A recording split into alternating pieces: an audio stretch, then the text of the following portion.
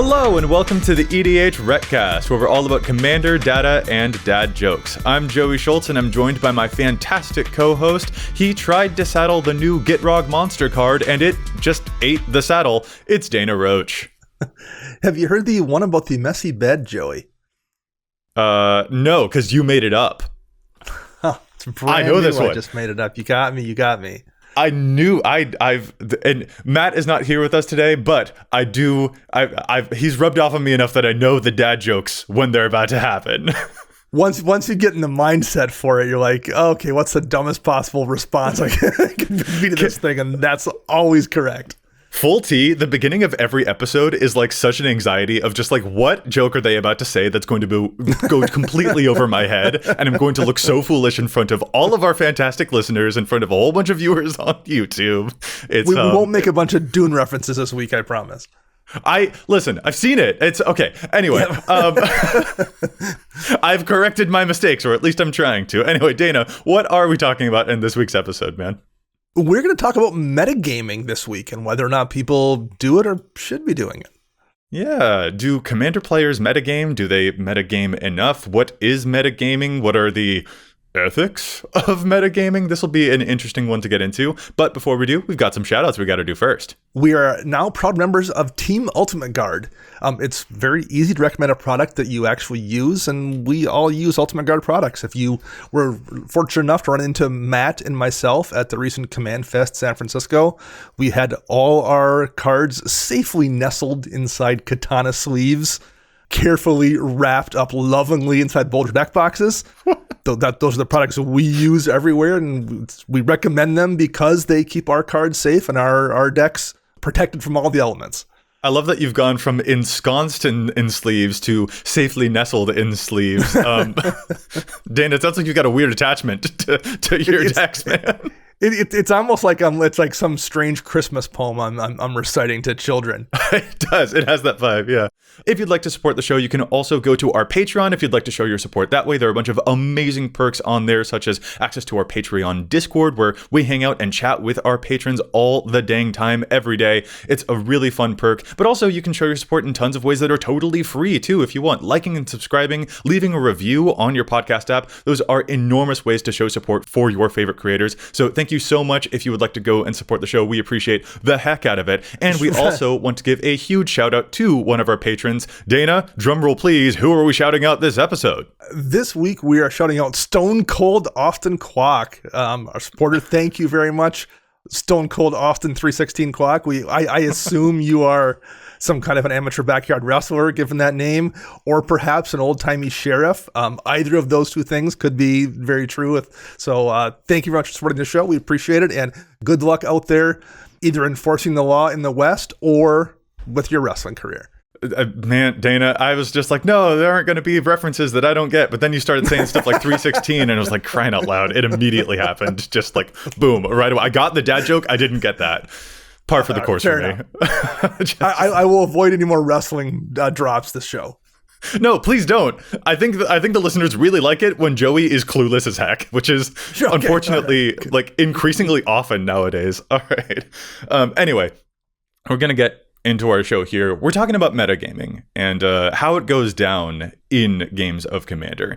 And like, very obviously, like right off the bat, we gotta say, like, what is metagaming? Like, what does metagaming even mean? Is probably like the first thing that we need to do. So Dana, let's get some definitions right off the bat first. What is metagaming in Commander? Sure. Metagaming is making specific choices in your deck based on the decks you are most likely to see. I guess that's how I would personally phrase it. And it's probably something that I think you see more often, particularly outside of CEDH, in maybe smaller pods where you're playing against the same people regularly. So you have like specific strategies you're seeing very often, and it becomes much more strategically viable to plan against those than it does to like just broadly plan for all possible options. Yeah. You mentioned CEDH. I think it's pretty clear for us to like set the boundaries of like what this discussion is going to be. Is that like very obviously CEDH is the format for metagaming. Like you know what the expected decks that you're going to play against are because there are certain of those top decks. So you're not holding anything back. Like that format is full of the Veils of Summer, the Carpet of Flowers, the Collector Oof, because they are actively trying to stop what other really popular decks are doing. But that attitude can be a little bit different outside of like in those casual or even just high power tables. And that's kind of what we want to talk about is like, how does metagaming happen in those realms instead? Because it does feel a little bit trickier. Yeah, absolutely. Because like, say CEDH, for example, the sheer amount of mana rocks that get ran in that format by players make Dockside Extortionist, which is already a really good card, but like makes it absolutely backbreaking in that format. You can, because of that meta, you can consistently rely on seeing an amount of mana rocks early as well, like even on turn 2 sometimes, in a way that you can't in non-CEDH Commander. So in that particular CEDH meta, which you can kind of think of almost like a small group of people you're playing with, because the decks tend to be much more specific than the ones you see outside of that environment. Those cards just play differently in that place than they do elsewhere. Mm-hmm. Yeah. So in those other environments, do players metagame? Like in your experience, is this a thing that you see very often? And if the answer is no, let's talk about why. Like, why do you think that's the case? Because like my first instinct is that no, players don't tend to metagame very often. They don't tend to warp their decks around stuff that they know they're going to see. There are certain exceptions to that, but like in general, we don't tend to make those types of sacrifices in our decks is my first instinct. Do you agree? Do you disagree? What do you think? I think it depends on the situation for the person. Like if you are in a environment where metagaming provides you with a consistent strategic advantage, then I think like it feels bad to not metagame. So I think people would tend to do so in that environment. If you are someone who plays in places where it doesn't provide you with an advantage, then trying to metagame probably feels bad for the same reasons because it doesn't work. So my guess, as well as my experience, is people tend to metagame in situations where it makes sense strategically, and if they don't encounter those variables, then they tend to not do it. Going by the data, I feel like there are a lot of examples where we can see that like this isn't terribly common. Like a card called Nature's Ruin, for instance, is a black sorcery that destroys all green creatures. Shows up in 228 decks. Sure. Like not a very common thing. So here's the example I will give for myself. The first couple years I played Commander, it was a pretty small meta. I played with the same 6 or 8 people pretty consistently every week. One of the people I played with that was in almost every pod only had token decks. Like he had 6 or 7 decks, but every one of those decks was a token deck. Okay. As a result, if I didn't metagame with that in mind, it became very, very difficult to compete with that player because there was just always a swarm of things coming at me. So as a result, I started brewing with like, okay, I need to have 1 or 2 cards in my decks that could deal with a token swarm. Sever the Bloodline, not a particularly good black card, but it'll hit exile a creature and all creatures with the same name.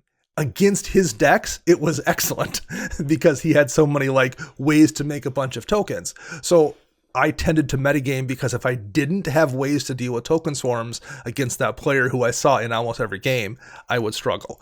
Once things expanded out to the point where I was, I'd see him, once a week or once every 2 weeks or once a month or something, then Sever the Bloodline, which was great against him, who I saw every single pod, suddenly became not a very good card.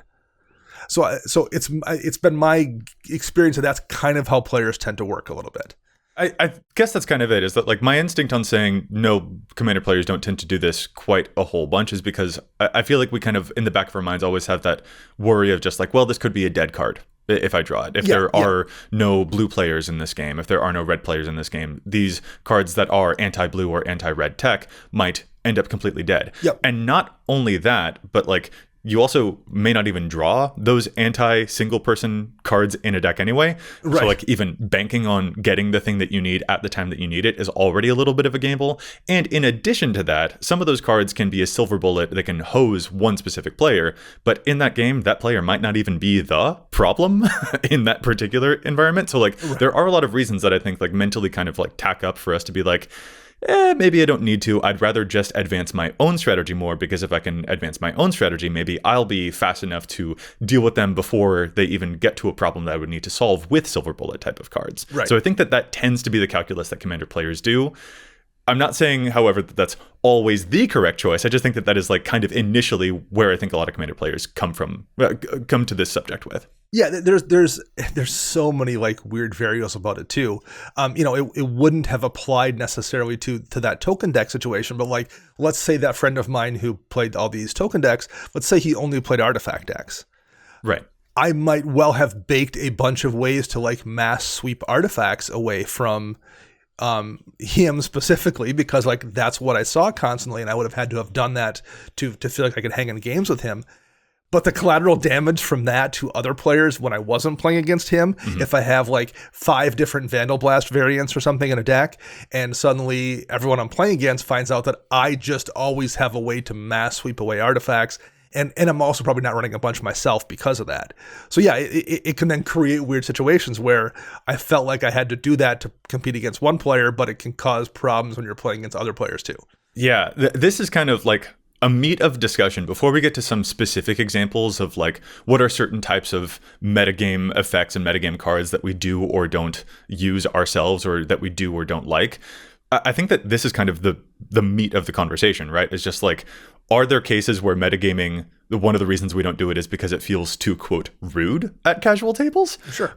Versus like, what, like, can't metagaming also lead to growth for a table too? Like adapting to your opponents is the point of a game, right? Otherwise you would just be playing solitaire. So like you should be responding to the stuff that your opponents are doing. And what is the difference between I'm growing as a player, I'm evolving, I'm finding new answers to deal with what they're doing, versus I'm metagaming in a way that feels like I'm crossing a line, I guess. And so you mentioned like artifact decks. Like I'm thinking if there's a person who plays a whole bunch of artifact decks and I put in a whole bunch of like sweepers, Bane of Progress kind of cards like that, does that feel like it crosses a line in any specific circumstance if I like keep doing that to specifically target what that player is doing? Especially if, for example, they only have like 1 or 2 decks and then I'm putting them in a tough spot every single game. Things like that. I think there are some of those cases that it starts to feel a little bit like, all right, bro, you're targeting me a lot. And is that entirely necessary for what your deck is trying to do? Sure. Well, but the response can also be like, but if I don't do that, I have no way to compete because of the thing that you're doing too. So like there's just so much push or pull in it that it's really, it's tough to give a really like specific answer. Like, if you're playing an environment where like everyone's playing a 4 or 5 color deck and you've got a mono red deck, well, do you play Blood Moon? And what are the ramifications when you're to other people that are maybe collateral damage in a pod that aren't the ones playing that 5 color deck? And talked about making, yourself a better player. Well, what if your friends then adapt to that Blood Moon and suddenly your Blood Moon is a dead card? So now you have a dead card in your decks because you metagamed and they adapted to that metagame, and now you trying to metagame around them has given you one card that doesn't do very much in your deck. It's a really complicated situation with a ton of variables that is kind of fascinating, really, given all of that stuff, for sure. And I think there are certain things that feel like more severe than others, like punishing a mana base. Like I'm not gonna play Blood Moon. I just don't care. I don't care enough for me to be like, oh, I gotta play. Like I understand though that like in the situation you just described, yeah, that's efficient. But like something about that, and specifically the way that it turns off resources, there's something like kind of egregious in a way to that does feel a little bit like I don't even want to bother. I'm just like, that's not the game that I'm here to play. I kind of want to like, no, you can still play your stuff, but I'm gonna beat you anyway. Is like I'll find different tactics is kind of my attitude. And there are also certain ways that I think this can take a form that do continually feel that level of egregiousness. Like if I know that someone likes playing Voltron decks, and then I start playing a whole bunch more sacrifice-based removal, like Grave Pacty kind of stuff that basically just prevents them from ever having their Voltron in play. something about that starts to feel like, well, I'm just not letting them play Magic, and I do want them to play Magic, and I still want to beat them when they play Magic anyway. Right. Or if someone plays a whole lot of Blink, do I start playing Containment Priest? Like, some of those things feel a little bit like, I don't need to do this. There's a reason the EDH format doesn't have a sideboard, after all. Sure, right. So there are some of those that I'm just like, I don't know if like rude is really a word that I'm going to end up using to describe it, but like it does feel like unnecessary to me most of the time, which is why in those examples I tend not to go for those options. One of the things I have found particularly about this is, for me, it comes down to the thing I mentioned before, where if I feel like I can't compete with those decks without metagaming because the thing they're doing is so far out there, then I'm much more comfortable doing it than I am if I'm doing it just because it's convenient. It's been my experience that Blood Moon isn't necessarily that relevant to shutting down those decks, given the amount of treasures we have, given the amount of mana rocks we have. For the most part, as long as a person can make like 1 or 2 colors, unless they're playing a 5-color deck with a bunch of like really stiff mana abilities, most players can play around it. So therefore, it's not worth doing necessarily. Number one, it's not that effective necessarily. Number two, I don't feel like it's the kind of thing that I have to run or I'm going to lose every time. Whereas perhaps if you are playing a couple of decks constantly that are built around like abusing ETB triggers, and it's happening so much at a rate that like you can't keep up, then Torpor Orb feels like something I might run and not feel bad about it. So I guess that's what it comes down to. Is it the kind of thing that you're doing because it's an edge, or is the kind of thing that you're doing because if I don't do this, I'm going to lose? And that's where I make the decision. Interesting. I guess like another thing in the back of my mind when it comes to like these choices of like, do I decide to do this if I know that this is a certain strategy that I can put some of these options in? Like you actually kind of described a certain cycle of it earlier. Is just like, are there cases where like that proactive type of metagaming leads to a bit of an arms race, and is an arms race okay? Like, that is opponents continually adapting to each other, but does that lead to a place that changes the type of commander that you wanted to play? Like, if you're doing an arms race and you're just like, actually, no, we're all having fun leaning forward and finding stuff to just totally screw each other over. Yeah, that can be totally fun. I love me a cutthroat game. Sometimes.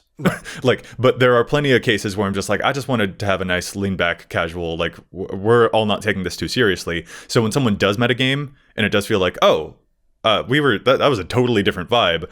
I guess if like, well, do I have to respond and change what I wanted to do with this deck in the evening that I wanted to have? Like that starts to be like, all right, take the temperature in the room. It kind of starts to be the thing. Right. I don't think there's anything inherently wrong with like that arms race style, as long as everyone's like actually there for that. And the issue that I think sometimes comes up with metagaming is that like it might be 1 or 2 people who are doing that when the vibe is not. we didn't all want to like take the game quite as seriously as that, and so that becomes the disconnect. That's where I find myself making the decision. I have a couple friends that like have a commander night at their house that I go play at. I go play at my LGS once a week that has oftentimes 60 plus players playing. So the amount of different decks I'm seeing there is uncountable, let alone going to a Command Fest or a MagicCon or something and playing there. There's so many different decks I see that it doesn't really make sense for me to even attempt to really metagame around, because there's just so many decks versus maybe what I saw 10 years ago. And then as content creators too, I think we experience the game a little bit different than most players. I think particularly if you're playing at a GP or a con or something, and people who know who you are, they're going to react a little bit differently, or they're going to be maybe more cautious about what they play, or who knows. Like there's just different variables I think that we experience as content creators than most players. I would imagine the same is true for you, Joey. I would bet you see a wider variety of decks today than you did 6 or 8 years ago. Yeah. That makes it more difficult for us to metagame too than it does for somebody who just goes and plays at their small LGS that has the same 8 people most nights. Yeah, I suppose. I mean, I definitely have my own steady friend groups, and I play this game with my family. Sure. And like, I tell you what, no one's going to metagame against you the way that your brother will. Fair. That's a good point. I play a lot of partner decks. That's a really good point. I play a lot of partner decks, a lot of decks with backgrounds. My younger brother definitely was just like, all right, I'm gonna play more leadership vacuum to put all of your commanders back into your command zone. Sure. Because he was like, all right, cool. Because I just know that Joey likes doing this. And honestly, King, we stand. Like, what a great move. Cody, love you. Yeah. Yeah, and you know what? I that makes sense in that situation, like where he's going to be seeing you pretty regularly. That there's absolutely a logic to that I wouldn't have any problem with either, for sure. Yeah. So, Dana, there are also a bunch of specific examples of like, certain cards that hose certain colors, certain anti-graveyard metagame tech, anti-treasure tech, things like that. And I want to get into some of those examples and like go over some specific ones, see like, what are we vibing with, what are we not?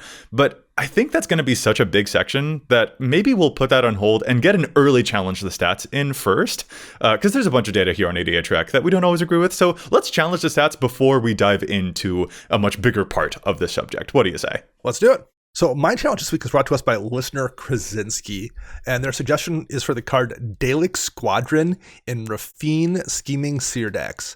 Dalek Squadron is 2 and a black for an artifact creature Dalek. It has Menace. It's a 3/3, but most importantly, it has Myriad. So whenever this creature attacks for each opponent other than defending player, you may create a token that's a copy of this creature that's tapped and attacking that player or a planeswalker they control. Rafine, importantly, says whenever you attack, target attacking creature connives X, where X is number of attacking creatures. So Rafine is a commander that kind of wants you to go wide. And currently right now, there's only 10 decks running Dalek Squadron of the 8,500 Rafine decks we have on EDHREC. I like this suggestion, and the reason I like it is because a lot of the cards you see in Rafine decks tend to be kind of the army in the can creatures. When this creature comes into play, make 1 or 2 tokens or something. The Dalek Squadron not only has Menace, making it difficult to block, but it's going to refresh those tokens every single turn. So when you swing, you are making a Dalek Squadron token attacking everyone else. That's also difficult to block because it has Menace. It's pretty easy for you to aim that Dalek Squadron at someone who can't kill it, and even if someone does kill your other 2 attacking tokens, they will just come back next time you attack with the Dalek Squadron. I think that is a really good card to play in this deck. It's very cheap. I would imagine part of the reason people aren't running it is because they tend to look at it, and because it's an artifact creature, I think folks just tend to like maybe get fixated on having it in an artifact deck. It's a really good pick for a Rafine deck and should be in more than 10 decks. Wow, I can't believe John Krasinski is a fan of the show and submitted a challenge to stats.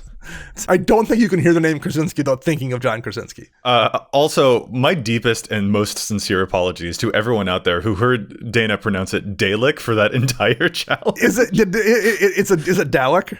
It's the Daleks, man. It's the Daleks from Doctor Who. I have started watching Doctor Who, but I have not got up to a Dalek episode yet. I'm just happy that I knew, I got a reference that you didn't. This is a rarity, and I'm very proud of myself. You got me. Dana, this is just, I'm so sad that Matt's not here to witness another oubliette, another oubliette moment from you. Oh, geez. Listen, right. Our pronunciations are always out of whack, but this is just, it's very darling, or as you would say, dearling. Wow. I have to give you guff, man. You guys give me so much guff, I have to dish it back. Okay. That's fair, Joey. I am going to move to my challenge now. I want to talk about a new commander from Outlaws of Thunder Junction. That is Obeka, Splitter of Seconds. This commander is wild. It is a Grixis Ogre Warlock 2/5 menace. Whenever she deals combat damage to a player, you get that many additional upkeep steps after this phase, which is awesome.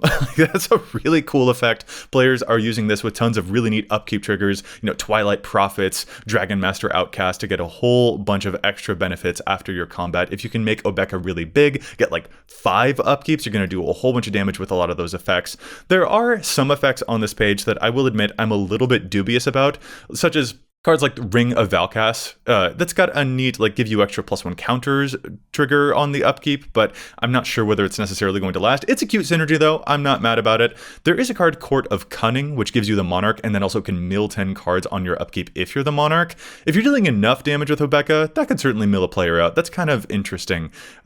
I'm not mad at any of these. I think that Obeka still has a little bit of, place to find her footing. But something that I think is really going to improve an Obeka deck is a little bit more, and I know a lot of people aren't going to like this, but initiative cards. Because that initiative dungeon is really, really powerful, and initiative also happens on your upkeep. A third of Obeka players so far are playing Rilsa Rael Kingpin, which both buffs Obeka once you've completed a dungeon and also gives you the initiative. Seriously consider playing a couple more initiative cards in this deck, because if you can go through all of those rooms all at once, you're doing so much. It's kind of nutty. It's frankly very bonkers. Consider giving the initiative a look if you are playing in this Obeka deck and you want some really gross upkeeps. I know it's not to everyone's taste, but it could be very, very surprisingly powerful in this deck when you're getting this many extra upkeeps. Yeah, the Obeka's pretty new. I think folks are still kind of getting their feel for how the deck plays, but I tend to agree from what I've seen. The decks have been a little split focused so far, and I'm in agreement. I think milling is maybe not something that is that powerful in that deck unless you're focused on that, and it doesn't seem like many of the lists are. Yeah, like if you can get Obeka to be like 9 power, you can definitely chunk someone's library. But like basically anything, if you're at 9 power, any number of those upkeep triggers is probably going to be pretty good. Yeah, so like I can still totally see it. And I think maybe the rings feel a little bit win more to me. But again, the synergy there is so cute. And I just think that also the initiative would be really cute synergy to try out in this one. I think it will really take some people by surprise because initiative looks really clunky, looks really bothersome. But like when you've got a deck that's good at doing it, holy crap, it's such a powerful strategy. It really takes people like completely off guard. It catches them off guard, and I really enjoy that. With our challenges done, I think that moves us into our next part of the show here. Talking about what kind of things qualify as metagaming, and which of those things do we actually like? And I think we're going to start off with some anti-color tech cards. Yeah, so there's things out there that like specifically, particularly from Magic's early days, specifically target colors in Magic, or even sometimes lands. So probably one of the most well-known of these, because it actually sees play in other formats, is Choke. Green card where it just says islands don't untap during their controller's untap step. It's an enchantment for 2 and a green. If you're playing against, mono blue decks that are probably running primarily islands, that's a really, really powerful effect. I understand why people might want to run it. This kind of card isn't one that I ever really consider for a deck. Is this something that you've ever thought about running, Joey? No, not even a little bit. To me, especially when it comes to like the anti-color tech, there is sort of this category of like cards that punish versus cards that give you benefits. The ones that punish, Choke, Flash Fires, I think I mentioned Nature's Ruin earlier, not particularly interested. Stuff that gives you benefits if your opponents happen to be doing stuff, those I'm a lot more on board with. Like a card we've talked about on Challenge to Stats in the past before has been Reap, which is a green card that gets you back any number of cards from your graveyard equal to the number of black permanents that an opponent has. That's terrific. Like that could be really, really good. Or Murph from the Command Zone has played Insight against me, which draws him cards whenever I cast green spells. And I play a lot of Golgari, so that was pretty good, And like someone getting a benefit versus someone shutting something down, those feel like a big contrast. And so even though none of these are particularly popular, like the punishing cards, I barely see more played than like 1800 decks. Yeah. But like one of those I feel a lot more like, ooh, that's cool about versus the other one where I'm just like, what are we doing here? So like I like the benefits a lot more when it comes to color tech. Yeah, I agree. Particularly something like the stuff that benefits you, the reaps, the insights, the composts. Mm-hmm. A lot of times those can be ran in a way that's beneficial, even if you aren't necessarily hitting the colors that you need to hit. I've seen compost, for example, in Enchantress decks quite often. So even if you happen to be not running up, if no one in your pot happens to be playing black, well, you might still draw 3 cards off it because you have 3 Enchantresses in play or something. Sure. I run Insight in my Calfey deck. It's also a deck that cares about devotion. So Insight, even if no one's playing green and drawing me cards, well, at the very least, it's buffing my devotion up. So the stuff that benefits, I've in my experience has tended to pop up in decks where like, even if it whiffs, it still probably does something. Mm-hmm. And that makes it feel much better running those versus the punish stuff where, it might whiff and does nothing for the most part. But if it does work, there can be some collateral damage to that never feels good to me, at least. Yeah. I think the exception that I would put here for stuff that is like a punish against a specific color would be Red Elemental Blast. Which like is kind of, this is a silly reason, but it's like That card is the quintessential screw Cyclonic Rift type of card, and that's why in my head I'm just like, if I see that card in a game, I love it. And I believe it's also like it's a CEDH staple, and it shows up in like 7% of decks that are eligible to play it. It's like 130,000 decks. A lot of decks play Red Elemental Blast. Again, CEDH, it's very, very well known there because there's a lot of blue running around in that part of the format. But like when it shows up in casual tables, this is actually an anti-blue card that I'm just like, yeah, because like it's just kind of funny, and it's usually used, it's deployed in a way that screws over other cards that were going to screw you over anyway. And so it's just like, yeah, I'd rather see a Red Elemental Blast than a Cyclonic Rift. Absolutely. There's no way to find numbers on this, but if someone told me that like they logged a gazillion games and 90% of Red Elemental Blasts were basically target counterspell, I would believe them, and I'm perfectly okay with that. Yeah, like, yeah. That's fine. Yeah. Like yeah. Well, and speaking of stuff that we're okay with, this is going to sound weird coming from me, but like a metagaming thing that is so dang common that I've just made my peace with it is anti-graveyard tech. Like, I don't like it when people exile my graveyards. I play it up here on the show. It's just like, no, leave my graveyard alone or whatever. But like, if we're being real honest with ourselves, yeah, you should be playing anti-graveyard tech. And I don't feel like you're doing anything egregious if you are playing stuff that exiles anyone's graveyard, up to and including my own. I get it. We deserve to be stopped. Graveyard decks are gross. I don't know why. I can't rationalize why I view it this way, so I'm going to be upfront with this. But for some reason, like, people playing stuff from the graveyard in my mind is part of the game, just like people playing creatures or people, drawing cards or people removing my stuff. And therefore I bake in a plan to deal with it in a way that maybe I never stop and think, oh, I better have a plan to deal with an Enchantress deck in this deck. I might have a plan to deal with enchantments, but I don't think about that strategy. I don't think about an Enchantress deck or an artifact deck or something like that. Whereas I do just generally think, everyone's going to probably be reanimating something at some point, and I need to have a plan for that. So I'm always going to have some kind of a plan for that. Yeah. Why I've thought that about graveyard decks and I haven't about like vehicle decks or something, I don't know, but that's very much how I view it, and that's why I run those cards. It's just a ubiquity thing. Yeah. It really just is. Sure. Because like you don't have to be a dedicated graveyard deck to still play Eternal Witness and get some spell back from your graveyard. Even Right. Spellslinger stuff are like, cool, here's a Mizzix's Mastery, do I win? And you have to stop them too. Like, and that's just a Spellslinger deck, which you may not even expect them to be doing stuff with the graveyard. Turns out they totally can't. Like, every deck is capable of doing even a little bit of stuff with the graveyard. So it's no wonder to me that Bojuka Bog shows up in more than 500,000 decks. It's showing up in 620,000 decks. 31% adoption rate for Bojuka Bog. And it shows up in like basically every precon. And I don't feel like I'm being metagamed against. I feel like, yeah, that makes sense. Like, Scavenger Grounds, play more of it. Yeah, truly, like, it just makes sense because of the ubiquity of graveyard tech. Yeah, for me, this one doesn't feel like metagaming, and I do a lot of it, but yeah, I think the ubiquity is probably the answer about why it doesn't feel like it's a metagame move. It's just something you do. Mm-hmm. Now, Treasures, on the other hand, I'm curious about this one, because this is also probably one of the newest things we'll talk about, because Treasures have only really existed since Ixalan, and they weren't even ubiquitous really until after that Baldur's Gate set, because I had built a treasure deck and like I was running some bad cards just to make treasures in that deck, and now that's not the case. Like we get half a dozen really good cards that interact with treasures in some way almost every single set. Like that's just become part of the game. So this is kind of a new one, and is this something that you like actively think about dealing with when you're brewing? This one's moving up the ubiquity ladder a lot. It's interesting that you said the Baldur's Gate set is where you notice. To me, it feels like New Capenna was the true explosion for treasures. Okay. Well, I think of Baldur's Gate because that was the second set where like treasures were actually one of the keywords in the set. And because I had a treasure deck, I was like, oh, I got new cards now.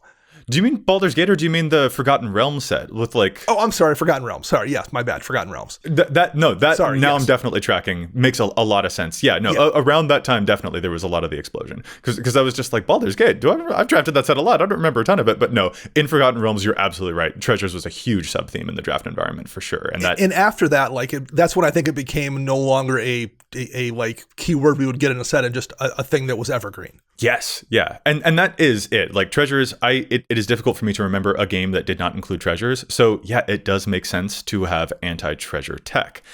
And yet, to properly answer your question now, like yes, it's a thing in my mind, but it's difficult because I feel like a lot of the pieces of anti-treasure tech that we get are the kind of things that feel like they'd be distractions to our actual strategy. Like when treasures became more of a thing, a lot of people mentioned Magnetic Mine, which is a 4-mana artifact that deals 2 damage to someone whenever they lose an artifact in play. So like, okay, cool, this would really punish treasure players. It's only showing up in 2,200 decks, like barely 2,300 right now. So clearly that didn't really grab people. We've talked before about Viridian Revel. That's one that I'm trying out here and there. That's the green enchantment that draws you cards when your opponent's artifacts die. And that's kind of neat. It's giving you the benefit. And I do appreciate that as well. And, showing up in 18,000 decks, that one. But it's still only 1% adoption among all green decks. So these things aren't really gripping. They're not quite sinking their teeth or establishing a whole lot of roots there. And I have a lot of theories for why, but I think basically the fact that they feel off topic is the main one, is it does feel like this is you are putting an exception in here to try and solve a problem. And again, it's that case of, will I even draw this at the time that the treasure player is doing gross treasure things? Right. Yeah, and Viridian Revel is probably the one I've seen used the most, and it's always been pretty effective when I've seen it. It helps that it's not just necessarily anti-treasure tech, but it reacts to any kind of artifact. And we've had so many artifacts, we were talking about treasures here, but like this could easily apply to food and clues and, blood tokens. And there's just so many variant things that this works with nowadays. Right. So I guess maybe this is actually anti-sacrifice an artifact token to give someone an ability tech. But I do think whenever I've seen Viridian Revel in a game, it's always never felt like a dead card. It's always gotten someone at least a couple draws, if not been ridiculous. But yeah, I agree. I think this is the kind of thing that it feels bad. We talked about graveyards. Well, it doesn't hurt that like 3 of those anti-graveyard cards are on lands. Exactly. That makes them way easier to jam into your deck than it does like, I have to actually make a real cut to find room for Viridian Revel or find room for Magnetic Mine.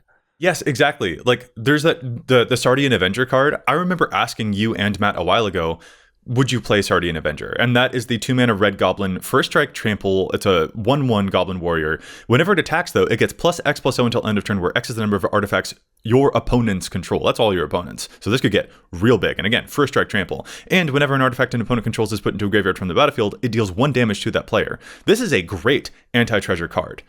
But I think you and Matt both responded like, I'd probably only play it in like an equipment deck or like in a goblins deck or in a warriors deck. And that's the off-topic thing that I was trying to hit on earlier. Yeah. Commander players, we like to play stuff that doesn't feel like it would be a distraction from our game, especially because we love theme so much. Like I played Disciple of the Vault in my party deck. Disciple of the Vault is a cleric, so it fits in with the parties. And it also deals damage whenever artifacts die.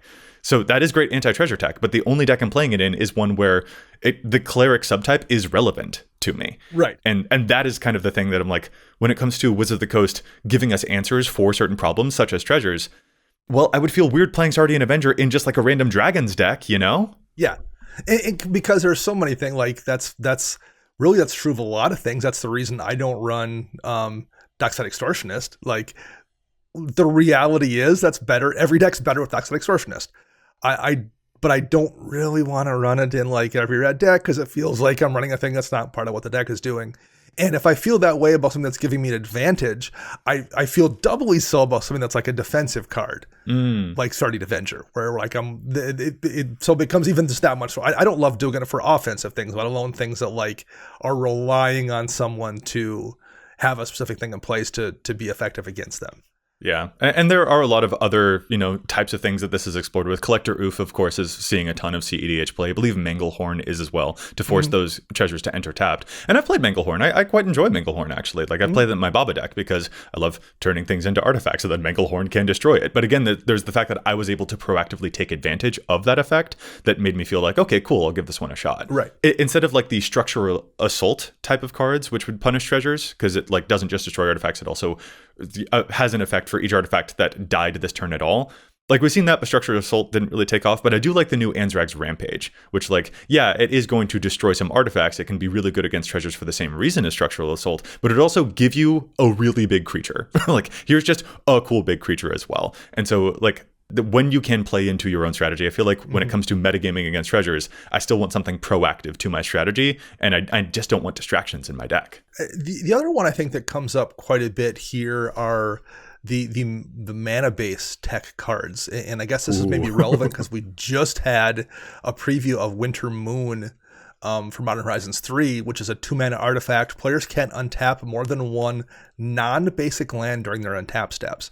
So this is just another card kind of in the suite of things along with, Blood Moon, which we discussed earlier, your back to basics kind of things that basically punish people in some way, shape, or form for running non-basic lands. Right. Yeah. Do you play a lot of these? You had mentioned Blood Moon earlier. I don't run them for the reason you mentioned earlier, which is like I would rather have people have a chance to do their thing and then have me still win despite them doing their thing versus like, shutting off their thing entirely. Right.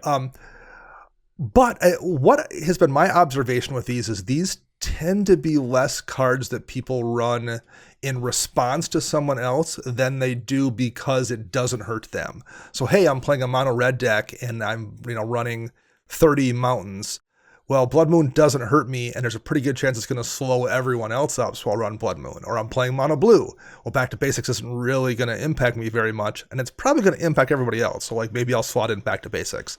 I'm going to guess that will probably be a thing with Winter Moon too, where it's something that people run in their deck because it doesn't hurt them versus something they run specifically to target a meta. But I guess I'm not really sure. We'll have to see how this one plays out. Yeah. Yeah, with those, including the new Winter Moon, I'm not personally very interested in playing them. It doesn't produce the gameplay that I'm interested in. Yeah. I will say, though, Price of Progress, the 2-mana red instant that deals damage to each player equal to twice the number of non-basic lands they control, gimme. Like, that is a red card I totally will. It's just like, that to me is a fun way of punishing a greedy mana base. Sure. Because it's like, I'm not stopping you from doing anything. I'm glad you did your thing. Like, you did this to yourself. Precisely that. Yeah, Price of Progress is a very fun card for me. That feels of a different character than the other. So Price of Progress is totally one that I'm just like, watch out, because I might play this. To me, that one strikes me as very fun. Yeah, I very much agree about that for sure. What do you feel about, kind of related to like greediness, I guess, like punishing excessive card draw, like a card draw hate kind of category? Like if an opponent is doing a whole bunch of like, oh, they've got the Consecrated Sphinx, they're drawing a whole bunch of extra cards, got to punish them in some way for it. What do you feel about, the Orcish Bowmasters of the world, the Notion Thieves that are out there, even Narset Parter Veils, and these all punish card draw in different ways. Like Orcish Bowmasters is that bonkers one that will amass Orcs 1 and deal damage for each time your opponents draw outside of their regular draw step. Notion Thief will actually be like, yoink, that's mine instead. Narset will be like, you can't. You can't draw those extra cards, actually. It just completely shuts it off. How do you feel about those? I mean, a bunch of them are pretty popular. Do you like them? Yeah, I don't run any of them. But what's interesting about these, I think, and I maybe this is an intentional part in design, or maybe it's just worked out that way, is because they tend to have flash, Bowmasters does, Notion Thief does, they really aren't dead because it makes it difficult for opponents to play around them, particularly that first time. You get to flash them in response to a thing and get your immediate benefit. I think I'm going to guess that's part of the reason that these see so much play, because of the way they tend to function. They're really not a dead card. It becomes like a trick. I'm going to do this thing. I'm going to turn your draw into my draw, and then it's going to sit and play and force you to play around it. But like, it's not a situation where you're playing a thing and hoping that the situation works out. You have a chance to be a little bit proactive about it. And I'm going to guess that's part of the reason these are so popular. I mean, there's also, of course, we see plenty of these in CEDH play as well. Orcish Bowmasters is showing up in 111,000 decks. 10% of decks that are eligible to play it are doing so. And Notion Thief, 9% of decks that are able to play it. Narset, Mono Blue, 6% adoption rate on that one. Like, those are big. And when I look through the decks that are playing Orcish Bowmasters most often, it's crime decks, it's Lord of the Rings flavor stuff, and it's a lot of CEDH commanders as well. So like, punishing draw, definitely really big there. To me though, the thing that would like make it see a whole bunch of play, not just in CEDH, but also like at casual or even high power tables, is that I think these aren't even necessarily something I would classify as metagaming or hate draw spells or like card draw hate or anything like that.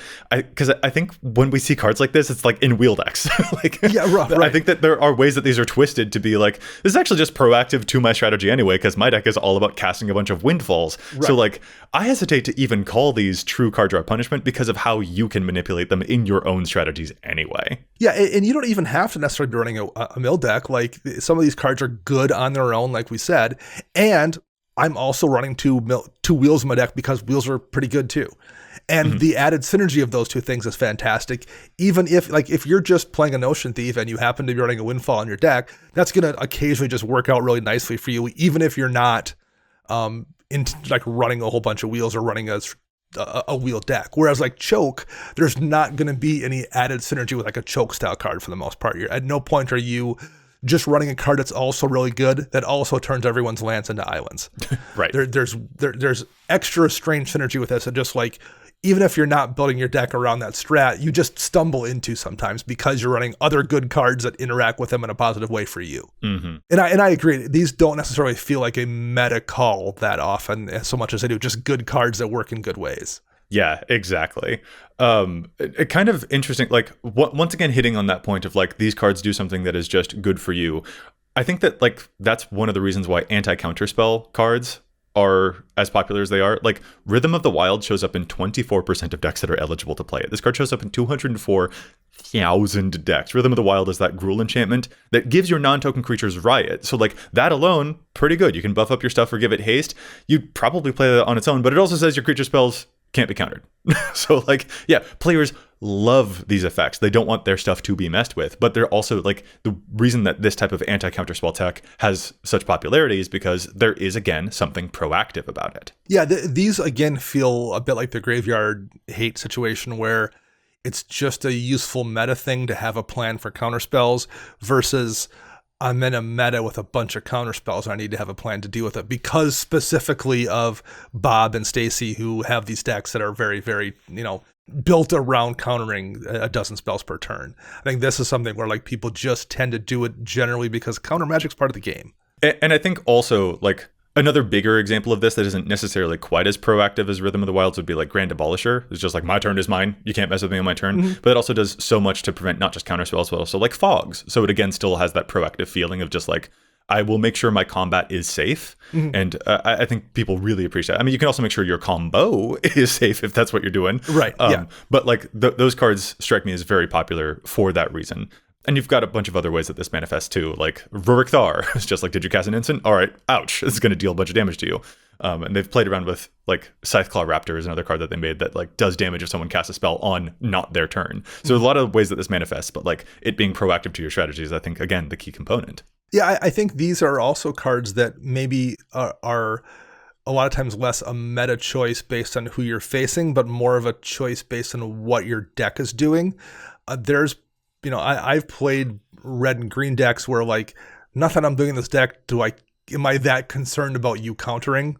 Like none of the creatures in this list am I that worried about. Whereas I've got other decks where I'm like, oh, I absolutely have things that I need to stop you from countering. Or I'm going to be doing things on my combat step that I do not want you to interact with. And you are very much going to want to interact with them. Sure. So I need to have a plan for that. Versus other decks where you're like, oh, the way this deck plays, there's not that one big dramatic moment I need to be protected for. So like these are also the kind of cards that like are a little more relevant depending on what your deck is doing maybe. And like their widespread adoption, I feel like is really important to contrast against like other things that are just like anti-storm or anti-spellslinger or even like anti-free spell tech. Like cards like Rug of Smothering don't see a ton of play. Roiling Vortex is not as popular as I think it could be if that was a serious consideration of like, I need to punish people who are casting free spells. Maybe I'm wrong. Like, do you see a lot of like anti-storm, anti-spellslinger stuff in that regard? Yeah, I don't. I don't. Again, I think it would probably be a situation like I mentioned where I used to play against a token deck. I can imagine a world where I do plan for that. Where like I do think, oh, hey, I'm going to put Flusterstorm in my blue deck because it's going to be a really good counter spell against this person I see who does a lot of storm stuff. But so I can imagine a situation where once upon a time I would have done that. I just don't play in that environment right now. But sure. I think you have to have a real specific meta where you see that kind of thing a lot to worry about those kind of things. Makes sense. Anti-artifact / anti-enchantment stuff, whether we're talking like aura shards or Aura of Silence or Back to Nature, is this something that you think about, Joey, or do you just run enough like targeted removal that you assume that will solve the problem? I don't have a solid answer to this. I go back and forth. Aura Shards just feels mean to me these days. And like it's showing up in, 86,000 decks. And it was in one of the very first precons as well. Like I can't fault it. It's a very, very good card. It just like, let me put it this way. My mom plays Aura of Silence, which makes all artifacts and enchantments cost more. And it can also sacrifice to destroy one. That card's terrific. There's a reason that 3% of white decks play it. If anything, it could probably be higher. I don't play it. I feel uncomfortable playing that one against my mom, even though she plays it. Does that make any sense? Like it just, something about it feels like I don't need to be that rude about it. So I'm of two minds with these because slamming down like a Bane of Progress feels really good. And like there are some types of decks like Enchantress decks. I don't always feel that bad about stopping an Enchantress deck from Enchantress decking. Like Enchantress decks can be, and artifact decks can be also totally nutty. So I rarely like feel bad about it, but every so often it's that collateral damage thing that you mentioned where I'm just like, well, I also just kind of ruined another person from doing a whole bunch of stuff, and like, what's my comfort level with those? And so like I go back and forth because a lot of these are very, very, very good, and you gotta respond to these types in some way. Like you should, because if you let them do their thing, they're probably just gonna like win immediately. But something about it still feels a little bit like I'm finding my line of like what feels egregious and what doesn't. This is definitely one that I've tweaked decks based on something that I've seen a lot. I mentioned Back to Nature, which is a sweeper for just enchantments. That's a card that like in years past I've put in decks because I've been in an environment where I'm just seeing this person who has one deck and it's Earl the Miststalker. And if I can't sweep enchantments at instant speed, I have no way of interacting with Earl who has hexproof. So when I was seeing that deck a lot, if I was playing green, I was running Back to Nature, for example. So like I had some enchantment sweepers specifically to deal with that deck that I was difficult to deal with in any other way. Once I quit seeing that deck as frequently, I switched back to some other more targeted piece of removal than Back to Nature. So this is one I've definitely metagamed around when my meta has been one where I saw a deck where I had to feel like I had to do that. It's weird. It feels weird because like if someone only has one deck and it's like just an artifact deck, and I'm over here like Vandal Blast, Hellkite Tyrant, Bane of Progress, and I'm like just destroying something about that feels a little bit like, well, I'm just not giving them much chance, am I? But then again, there's a big difference between the cards that like destroy all the things the one time and something that persistently keeps them off of that strategy. Right. So I think really my discomfort comes more with like the Aura of Silence and Aura Shards type of cards, as opposed to the Bane of Progress types of cards. Like it's kind of the difference between a Scavenger Grounds and a Rest in Peace, if I'm being honest. Like a Scavenger Grounds one time, I deserve it. A Rest in Peace, that one's really shutting me down, and I'm going to have to do a lot to come back from that, which is why I think even you said before that you don't play Rest in Peace as much, but Scavenger Grounds is in like every single one of your decks. Yeah, Scavenger Grounds is the one where I feel like my opponent and I are matching wits. I'm saving that for the opportune moment to keep them from doing a thing, whereas Rest in Peace, I'm like, I'm just turning off your entire strategy if you don't draw a removal spell to deal with it. And I find the Scavenger Hunt interaction much more interesting and much more fun to play than I do the Rest in Peace interaction. Yeah, and I think I apply that same logic here to the anti-artifact and anti-enchantment stuff. It's just like, if it's persistent, maybe I'll feel a little bit like, do I need to be doing that? But if it is like the big one-timers, those can be really, really effective, and they're fun to time those moments too. So I think that's where I fall. I am kind of with you there for that as well. And things like Hexproof, Shroud, like ways to remove other people's protection. Ooh. These are ones I've been in a situation where I feel like I need to put Arcane Lighthouse in a couple decks because I'm seeing this deck a lot and I need to have a plan for it. But I see so many decks nowadays that I worry about a little bit less. Is that something that you plan around, or have you just accepted the fact that like you're going to occasionally run into someone who's playing Thrun the Last Troll and it just is what it is? Like Arcane Lighthouse, I love that card to remove Shroud and Hexproof, and it's again just on a land, so like the convenience of playing it. If anything, I should play Arcane Lighthouse a lot more than I currently do. I really like that card. Sure. Yeah. Whereas like the fact that it's a land, I'm more willing to play that than cards like Bonds of Mortality, which are really good. And Bonds of Mortality is an enchantment that even draws you a card. It replaces itself. And then you can have the ability to remove Shroud and Hexproof, and I think it's Hexproof and Indestructible on that one. And like that's great, but again, it's only showing up in 6,500 decks, and I think the fact that it feels like you have to go out of your way to do it means that you're only going to find it in places that care about like Devotion or Enchantress stuff, like you said earlier. So like it being on a land matters a whole lot more. To me, the interesting thing about like quote metagaming around these protective words like Hexproof, like Shroud, and like the increased amount of ward that we've been getting. I mean, there's been a lot of talk lately about are people going to bend the number of wraths that they have in their deck to get around the increased ward? And to me, I think the answer is yes. Like, I think that is going to end up being just an adaptation that I make, and that doesn't feel like I'm like metagaming against a specific person. It just feels like I'm metagaming against where the format is going, because that is where the format is going. Is that, well, I can't, if it's going to cost me 5 mana to destroy one thing anyway, why don't I just pay 5 mana and destroy all the things instead? It just is more efficient. And I'm a little bit worried about what that means for the nature of gameplay. I don't want, a game that has 10 wraths in it. Those can be very, very long and tedious. But at the same time, it just feels like that's probably what we got to do since there's so much extra protection running around. Yeah, I mean, that's, and I guess I'm not sure if we ever addressed this specifically, but when you talk about the meta that you play in, there's really kind of two metas. Or at least you can use that word two ways. You can refer to like the environment that you are specifically playing in, and the decks that you're surrounded by, and the attitude of the players, the power level, all those kind of things. The holistic environment you play Magic in specifically. There's also the greater meta, which is just the meta the game is in. Yeah. And the meta of Commander as a whole also ebbs and flows with time. It was a much different game 12 or 15 years ago when it was basically a format running random legends and a bunch of cards that you had in your binder, versus today where people are running like really specific things, doing a really specific thing, and like everyone's aware that Rhystic Study exists as a card versus like once upon a time when they just didn't.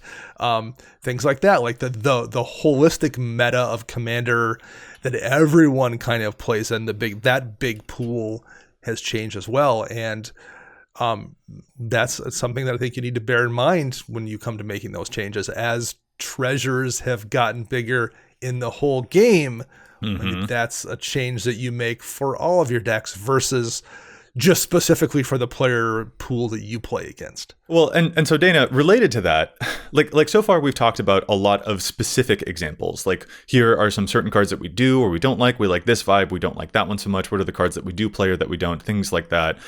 But I also, like, since you were just talking about like those different types of metagaming, I think it's also important to probably point out that there are certain things that players sometimes do that maybe we trick ourselves into thinking is an example of metagaming, but isn't. It isn't actually necessarily an instance of metagaming. And the biggest example, like a topic that I swear will just never die in Commander circles, is like the example of mass land destruction being wielded against green players or like landfall decks that have a whole bunch of those land resources, and people using mass land destruction to punish green decks. Like that is a thing that we hear constantly.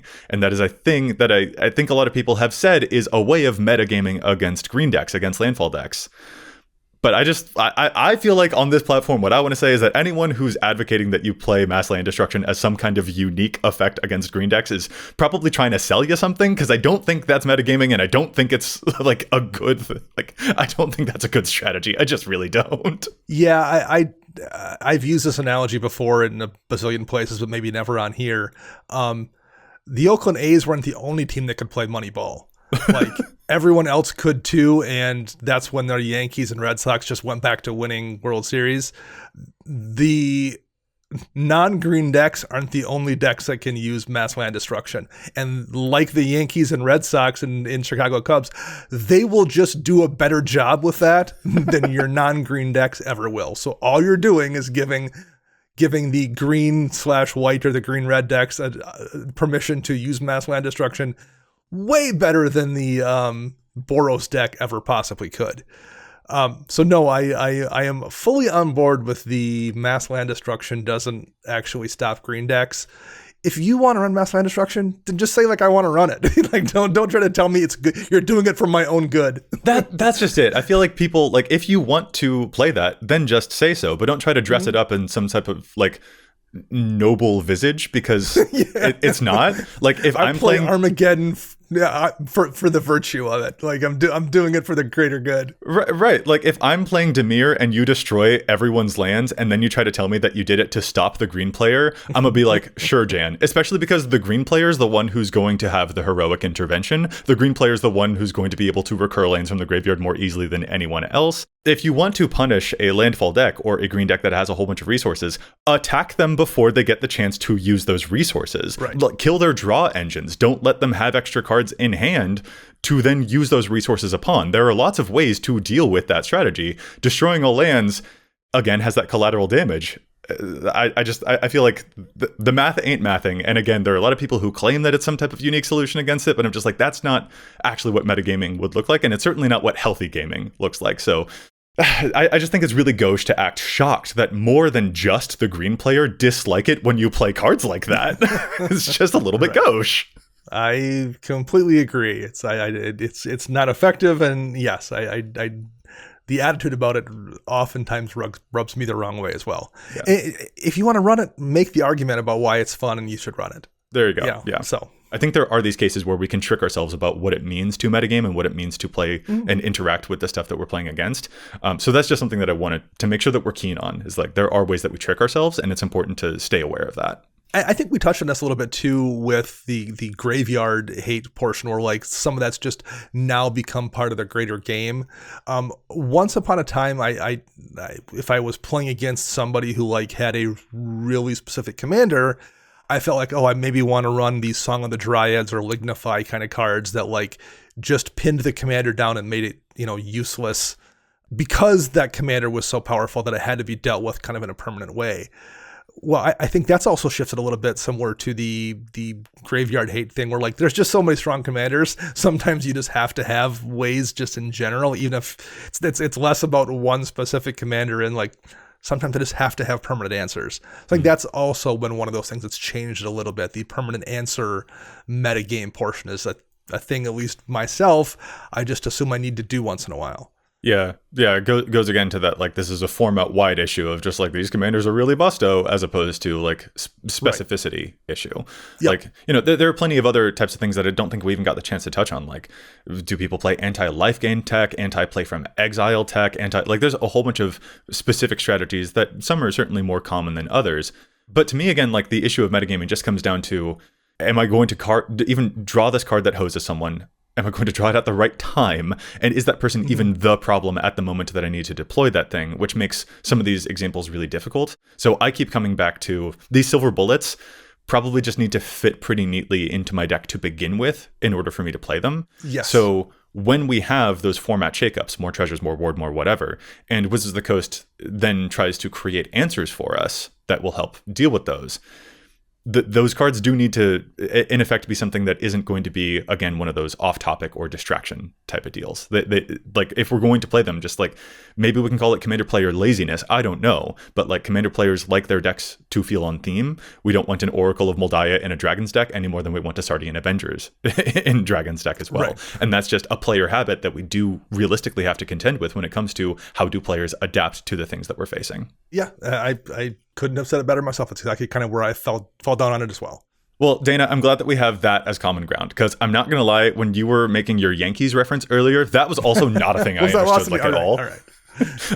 Once again, continuing the trend of Joey not entirely being up to date with every single reference that his co-hosts make on the show. So I appreciate that we found this to have some common ground about. We managed to come back around and be talking about something that you're like, I have no idea what you're talking about.